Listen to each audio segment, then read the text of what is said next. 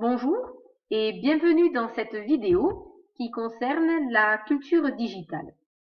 Nous allons désormais nous intéresser aux leviers de cette transformation digitale. On dit qu'ils sont généralement au nombre de 4, en tout cas ce sont les 4 principaux, nous les verrons, et nous commencerons par les médias sociaux. Ces 4 principaux leviers de la transformation digitale sont donc les médias, le cloud, la mobilité et le big data. Démarrons donc par les médias sociaux. Sous le terme de médias sociaux sont rassemblés différents sites et fonctionnalités sociales du web. Ceux-ci permettent entre autres de publier du contenu comme des articles, des brèves, des photos, des vidéos, des fichiers PDF, de donner son opinion ou de dialoguer avec d'autres utilisateurs, de contribuer à des projets participatifs ou encore d'agréger une information pour la restituer ensuite.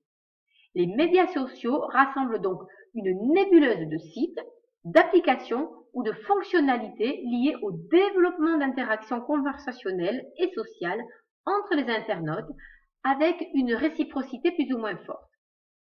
Un réseau social, quant à lui, désigne un site dont la vocation première est la mise en relation des utilisateurs entre eux.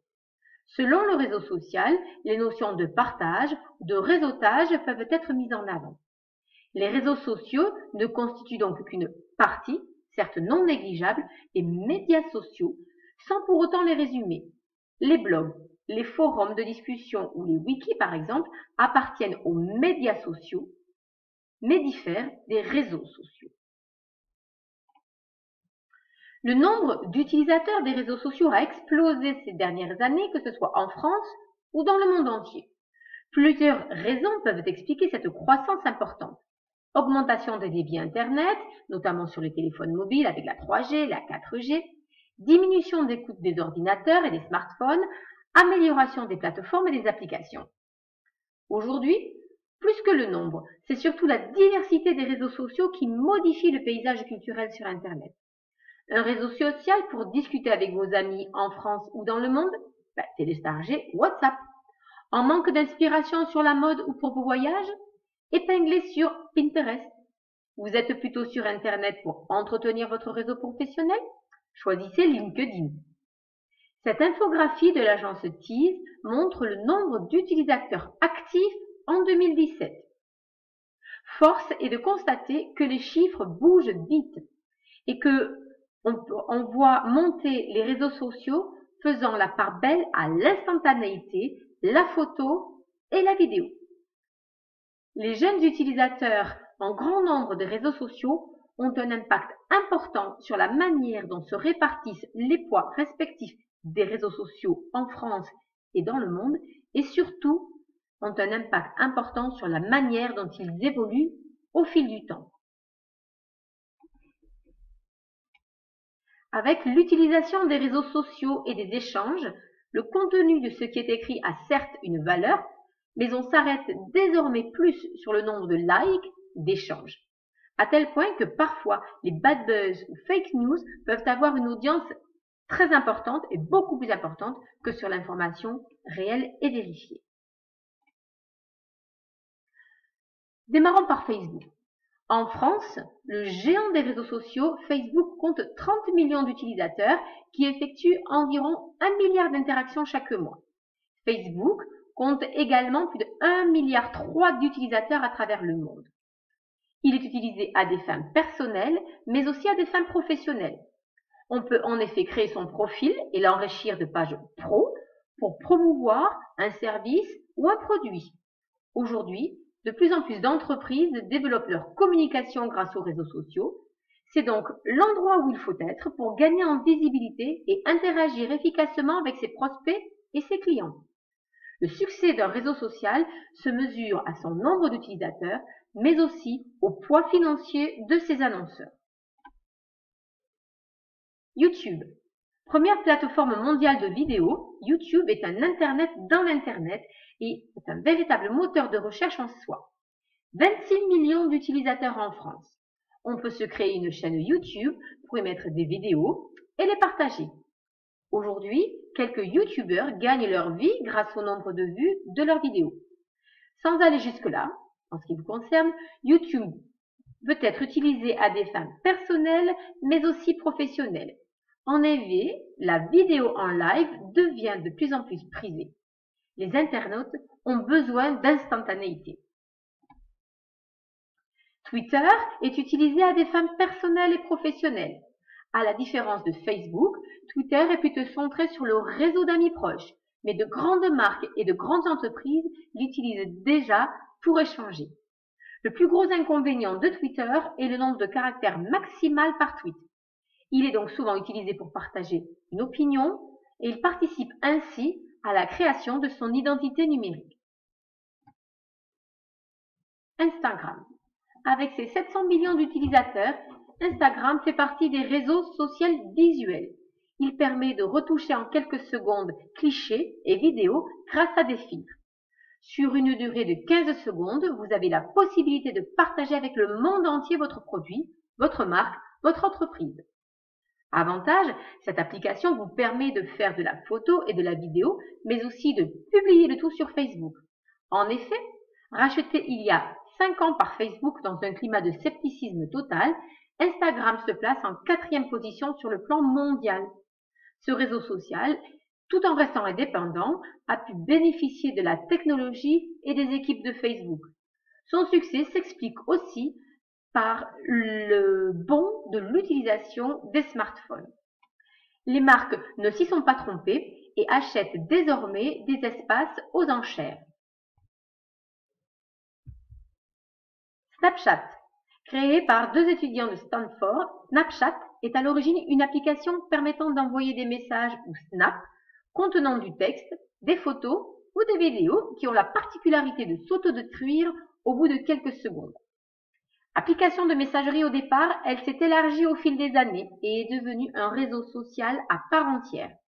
Les utilisateurs peuvent prendre des photos et rendre publiques des stories, collections de snaps visibles 24 heures. L'application est aussi célèbre pour ses fameux filtres qui permettent de modifier en temps réel le visage de ses utilisateurs et d'y superposer des éléments comme un masque, une moustache ou du maquillage ou une perruque. Snapchat affirme que 10 milliards de snaps sont regardés chaque jour. Selon ces chiffres, il réunirait en France 8 millions d'utilisateurs quotidiens. WhatsApp est un outil de messagerie instantanée. On peut le classer parmi les réseaux sociaux parce que des groupes et des communautés sont créés. LinkedIn. En France, LinkedIn est le réseau social professionnel le plus usité. Être sur LinkedIn permet de travailler son image professionnelle et sa e-réputation. Les contenus n'y sont jamais privés au risque de s'attirer les foudres de son réseau. Une structure peut faire le choix d'encourager ses salariés à être sur LinkedIn, tout comme Facebook par exemple. Sur le plan marketing, même si sa cible prioritaire n'est pas sur LinkedIn, il est intéressant d'y être pour rencontrer des confrères et imaginer demain des affaires en commun. LinkedIn, de par son importante distribution géographique, vise un public largement international. Absent de cette infographie, mais dans la même catégorie que LinkedIn, Viadeo est le réseau social professionnel des commerçants et des TPE. Fidèle à ses origines françaises, il vise un public national, voire local. Pinterest propose de partager vos intérêts visibles sur votre profil. C'est une communication basée sur du visuel avec une approche thématique. Restaurant, garage, commerce, etc. On prend une photo, on la retouche, on la diffuse. Un bon moyen pour optimiser son référencement. En option, on peut même partager sur Facebook ou sur Twitter. D'autres réseaux sociaux qui ont un intérêt.